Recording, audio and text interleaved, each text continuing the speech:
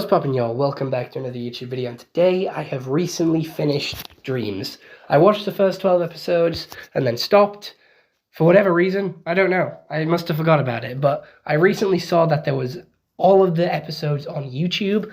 So if you want to go watch all of Dreamzzz, you can either go watch it on Netflix, go watch it on YouTube, go watch it on BBC iPlayer, I do believe it's also on. But there is 20 episodes, all around 22 minutes each.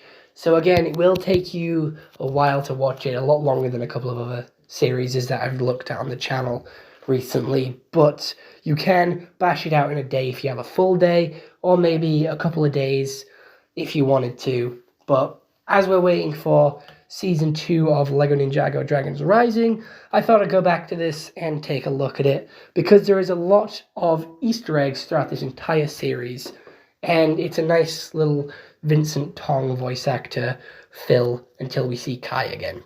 So, what Google says LEGO Dream is about is Mateo is a boy who one night realizes that he must assert himself as the defender of dreams against the Nightmare King and his nasty, I don't even know what that, machinations? In the morning, creatures from Mateo's dream are suddenly reality, and a lot has changed.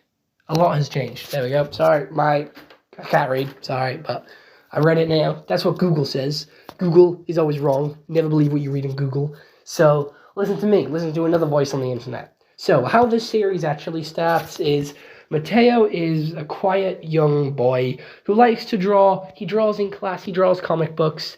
To be fair, quite similar to me. I drew comic books and I drew characters in school, and he's very good at it. He doesn't like to share his comic books with anyone. He's very socially ridden. And he has lost his best friend, Cooper, to Lucas, who is like a bully jock character.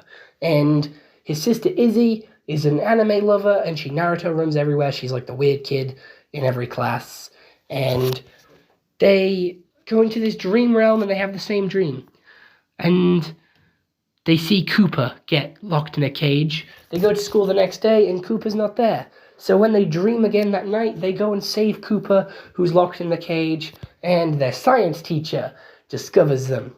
And the nightmares follow them out of the dream and scratch Mateo, making him injured, and, the Dr. Oz, the science teacher, has to save him. To be fair, I had a science teacher called Dr. Osman, so very similar, very uncanny how close this is to me. Anyway, continuing on, they then go to the dream world, save a couple of dream realms, and learn how to use their sundials, which is basically how they use magic and create things in the dream realm with the Sandmen. They can't use these sundials until they go and prove themselves to the Sandmen, which Dr. Oz takes them to, and Lucas is the only one who retreats. Lucas doesn't want to be a part of it. He gets scared, he leaves. Everyone else manages to do it, everyone else manages to get their sand timer, and then they all make themselves cool suits. They only have a limited amount of sand per dream cycle, so every dream they have a fresh batch of sand, which is supposed to last them the entirety of that dream. Lucas doesn't have one, which is unfortunate because he's my favorite character, also voiced by Vincent Tong, voiced by Kai. They also waste a little bit of sand every night putting on their super suits, which I feel like is a very big waste, but anyway, it gives them a different character design. They continue on doing a couple of dream saving, dream stuff, and they go to find this Lumia hourglass, which is the biggest, strongest dreamer of them all, who put away the Night King once and for all before, so they're trying to do it again. They find the hourglass, they lose it to the Nightmare King, they find it again, and they give it to Cooper to try and work out. We have Lucas being kidnapped by the Nightmare King because he's the weakest link, so they try and get to him to infect the rest of the group. And he turns out he can actually use his imagination and turn into a little blue monster, which he uses to attack all the nightmares and escape, getting back to the other dreamers, but not without his hat turning into a nightmare and spying on them all. They then continue doing day-to-day life, just going about, doing some more training. They end up making it to Lumia's castle all the way up in the sky, and meeting a giant lion, which can turn everyone to crystals. They then beat the test of the lion, and unlock these magic mirrors, which tell the story of Lumia and how she, defeated the Nightmare King and who the Nightmare King actually is, who was Lumia's best friend before he turned evil. Continuing on, they rebuild this Nightmare Crystal. Z-Blob gets kidnapped by the Nightmare King, and they attack the Fall Festival. Mateo gets angry, gets rageful, gets upset because he feels useless without Z-Blob, and goes to rescue Z-Blob on his own, as the Nightmare King is now targeting him, going for the strongest one, and they tell him he's the strongest one, so he gets all big-headed and brave. So he goes to get Z-Blob, splits Z-Blob in two, and creates a rift between the dream realm and the real realm, and causes a lot of kerfuffle. They have a big song and dance, big fights, big songs, big laughs, send the Nightmare King back and trap him, using Z-Blob as the Dream Guardian to keep him sealed forever, because Z-Blob is special and cannot be corrupted by darkness. And that is where the series ends, having them all in the real world, chilling, vibing, having a good old day, with the Nightmare King fully trapped forever. So, with this series, I skipped over a lot of stuff. There's 20 episodes, all at 22 minutes each. That's like, I don't know, like 5 hours worth of content, and I skipped over it within 5 minutes. So I do recommend you go watch this series. Don't just listen to me explain it all, but go watch it for yourself. It is a really good series, and I'm going to get into why it's a good series right now. So the animation style is very similar to the old Ninjago animation style before they swapped studios, where it isn't as detailed and it isn't as clean. It's quite like flat and bland, but we have 22-minute episodes, so it sort of makes up for it. Whereas Ninjago has 10-minute episodes, but a lot more detailed animation. So it sort of feels like we've regressed and gone back to the OG days of Ninjago with this series. And I like the characters, and I like how each character has their own arc and sort of change throughout the series, with Mateo being a shy, anxiety-ridden boy who builds friends, learns to share his stories and be creative, being imaginative, help others work as a team, and then he gets rageful because he feels useless, gets angry, and then learns how to sort of deal with that and be a team again, and relearns what he taught everyone else. We also have Lucas, who's like a bully who turns into a friend. Very basic character cycle. He still picks on them a little now and then, but he does help them, and he's like the muscle of the team. We also have Cooper, who's very like strict, follows the stuff by the instructions, doesn't want to be a loser kid with Mateo anymore, wants to be one of the populars, but learns to be like, stop pretending to be someone you're not, and go back to being with Mateo, having fun, enjoying life, and being who you are, and learning to not be so strict and not follow instructions or the set quo, and be a little bit more creative and a little bit more imaginative. So they're like the main three characters, which I picked up on. I don't know what Izzy's character arc is.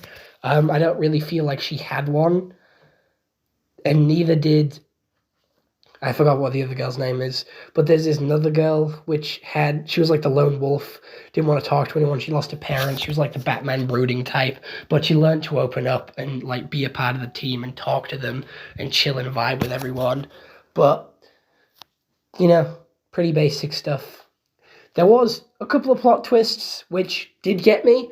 Like, I was actually shocked when the Night Hunter was actually on Dr. Oz's team to start with before he got corrupted and swapped over. That was actually a shock to me, and I didn't expect that. So props on them for that. However, when we got to Lumia's castle, I saw the character design similarities with Lumia's friend and the Nightmare King, and instantly clicked and instantly twigged that the Nightmare King was obviously Lumia's friend who got corrupted and turned evil. So I sort of picked up on that one a little early, which is, again, a little bit of a bummer. I don't know if I'm watching too many shows and series that I'm picking up on these subtle hints, which sort of tease stuff, foreshadow stuff before it actually happens. I'm going to pick it up on foreshadowing, not going to lie. It's sort of my superpower. But the characters are the pride and joy of the series. The animation isn't anything special. It's stuff that we've seen before from LEGO. It's nothing too extravagant, nothing too new like the cel-shaded design of Hidden Side, like the 2D anime style of Monkey Kid. It seems very similar to Nexo Knights, OG Ninjago, and Chima with the animation style, which, again, isn't the greatest, but it's okay and it'll do. The sets on this are something I want to talk about. I want to start talking about this in the LEGO sort of series that we review. How the sets tie into this show is really clever and really smart because each set is based off one of their vehicles, is based off one of the castles. So each set that there is based on an episode, which I love. And there is so much creativity with this series that they can make infinite sets off it. However, it has ended at a point where I don't know how they could continue or how they could go on with this series, as the main baddie, the big bad, the Nightmare King, has been captured. There was a little villain which was sort of set up, which I don't really know what she did. She sort of like stole Dreamzzz. I think she was like the Boogie Woman or something like that. But again, there was nothing too special about her. She was sort of one episode appearance, and she was sort of trapped and imprisoned, but they did screw up the imprisonment in that episode. So maybe they can continue it with her being the new big bad, very similar to how they continued Monkey Kid. But the storyline for this was pretty boring, not gonna lie. I felt like there was a lot of filler episodes that they didn't really need to be, like going on the comic book hunt or building the maze, or there was just a lot of filler here which wasn't really needed or necessary to progress the series forward, and just felt like the old one-off episodes that we used to get with old cartoons, which isn't really the status quo for cartoons nowadays, but is still accepted and is still a very good form of cartoon making. I just feel like for a linear series, having too many of those can take away from your actual story, and I was finding myself getting quite bored with some of these episodes, as it felt like 2 story episodes and then a filler one. That's the sort of pattern that I picked up on. But it is still a decent series. However, I've watched it once. I don't really want to watch it again. I have the magazine of Mateo, and we did look at that on the channel a couple of weeks, maybe months ago. And he's really the only figure that I wanted to get, so I'm happy now. And I probably won't buy any of the LEGO Dream sets. Like, watching Monkey Kid and watching Hidden Side made me want to buy the sets. Watching LEGO Dreamzzz just kind of made me want to buy the magazine, because it's like much cheaper and I get the figures that I want. But it is definitely going to get a 6 out of 10 from me. All right, bye-bye.